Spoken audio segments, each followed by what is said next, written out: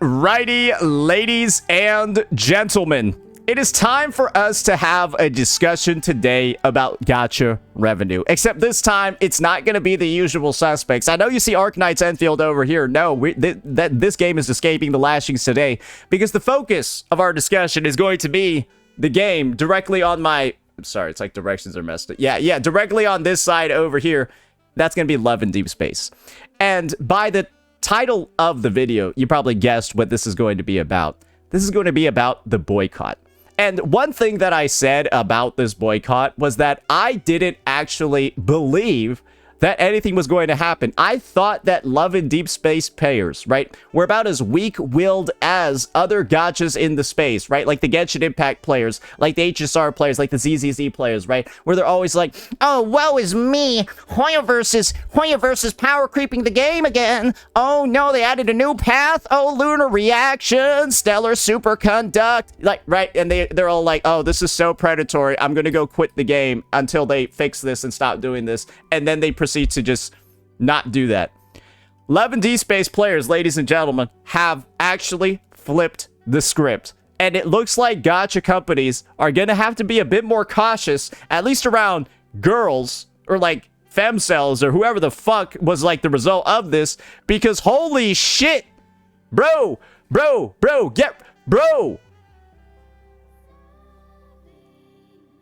they actually did it. And this is what I mean, bro. Do not fuck with the foids. Bro. They will fuck you back. Oh my god. Could anyone have seen this coming? Because, like I said before, we're used to the traditional gacha space, where people will like brigade the company, boycott them, right? Say that they're going to not spend, do all these things, but they never walk the walk. They never talk the talk. They never put their money where their mouth is. But the girls will, because this game got ruined. And a lot of you might be wondering, okay, all right, Saint, we got a little bit of the context, but we need a bit of a refresher for why the fuck this is even happening in the first place. Well, don't worry. I've got some headlines for you. You all remember this, right? Fucking change.org talking about like how like over 46k Love and Deepspace players, they need their boy Valko back in the game because apparently CN players schizoed out, reported the game to the government, and apparently he got removed because of that. And guys, it's worse than we thought. Obviously, there was this gigantic summary over here, but this is probably the best summary of it all. Bro, China's own Ministry of Public Safety ended up, like, investigating the fucking game. Like, the government is investigating, probably still is investigating the game. They hated this guy so much, they called the fucking police on the company. Basically, the CN players. Then news about basically every event getting canceled. Here's a JP event getting canceled that was scheduled for July 11th. Here is a Billy World 2026 event getting canceled after all these investigations and shit like that started. And of course, the people reaching out to actually Love and Deepspace developers getting emails back in fucking Chinese. Traditional Han, by the way, about how sad everybody is that the guy's not in the game anymore. And then you have the actual boycotts. July 9th blackout. Do not log in or download the update. Do not interact with any official Infold accounts. Don't promote them at all or use any tags. No fan art or fiction or any other free promotion. And this is the thing, right? In the past, you would have viewed little statements like this, little public movements like this. You're like, oh yeah, these pussies aren't going to do it. Bro, I bet they did. Yeah, no, I'm going to be honest. I bet they did. I bet this was impactful. Because as far as I'm concerned, money does talk, and they actually talk the talk. Because that was May 2026. This was just a couple of months ago. And they are at 1/5 of what they were 2 months ago. And obviously, they're slated to go down even further because this rate of decrease is diabolical. And guess what, guys? I don't think these investigations are like ending anytime soon. I'm pretty sure the development pipeline of this game is getting fucked up even more. And like certain things are getting delayed. There's a lot of replanning and stuff. And the company might just EOS. That's a lot, right? And obviously, I don't think that this is necessarily helping. but it's kind of like the best overall result. Because I think the end result of this is very, very, very simple. The game is now in like a legal hell where like the government could literally just shut down operations and stuff like that. And in some situations where the game is kind of getting fucked by the government, the players could say like, oh, the game needs support because it's under government investigation. But then everybody is boycotting the game too. So like you're getting fucked by the CCP, you're getting fucked by the government, and you're also getting fucked by your players. Dude, like I've never seen a game actually just this screwed. Because you have lost the player support and you're also getting investigated by what support is there anymore? Who can they get help from? Where does the help come from?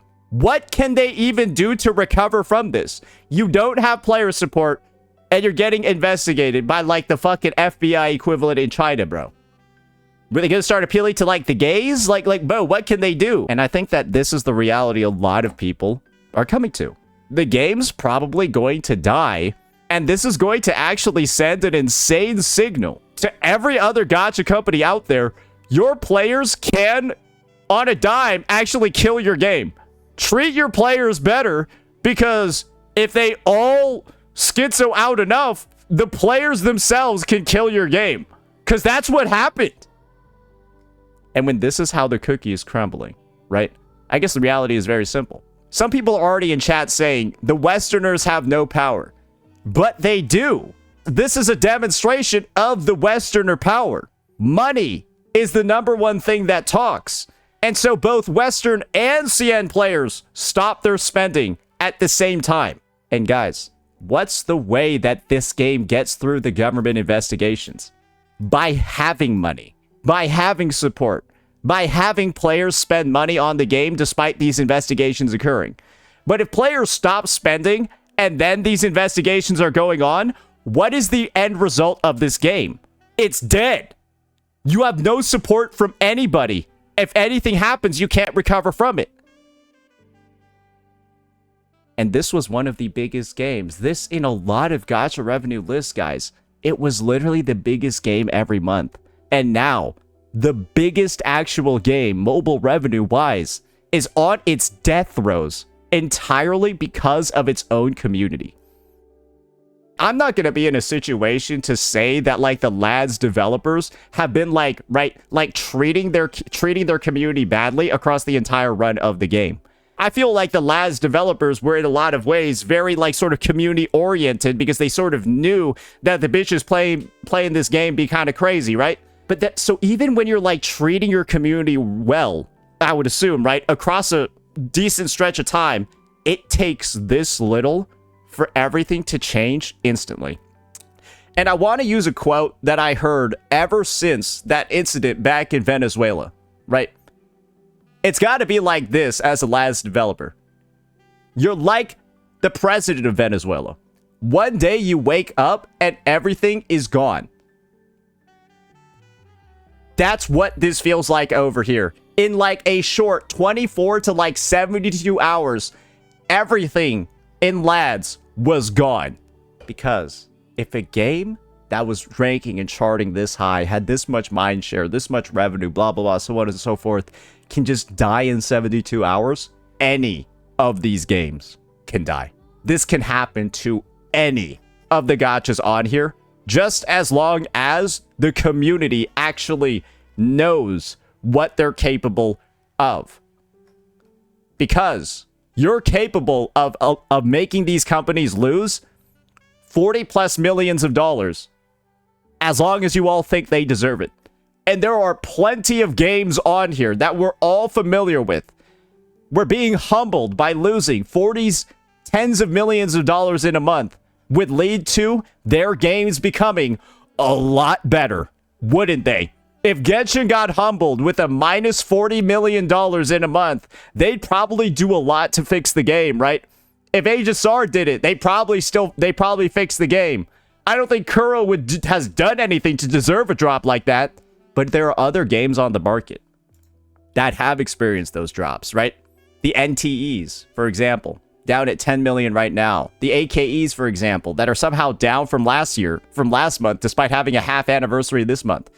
These games know what it's like to lose everything, yet they won't fix anything. But if a game like Lads is shown to be dying, and a game like Lads is shown to be losing everything, maybe that's enough for some alarm bells over at Hoyer vs. Office. Maybe that's enough for some precautionary sort of measures to already be taken to satisfy the player base, knowing how much power they actually have in the present. Lads can hopefully be a shining example of what a community can do when they're unhappy with their developer. And naturally, I think that the situation regarding Lads is unfortunate for everybody involved. But there is a way to turn this into an overall positive experience for the space, and that's what we're trying to do. Because there are plenty of companies out there that deserve far worse than what's happening to Lads right now. And the space would become a lot better as a whole if those things were allowed to happen. Let me know what you all thought. Peace out.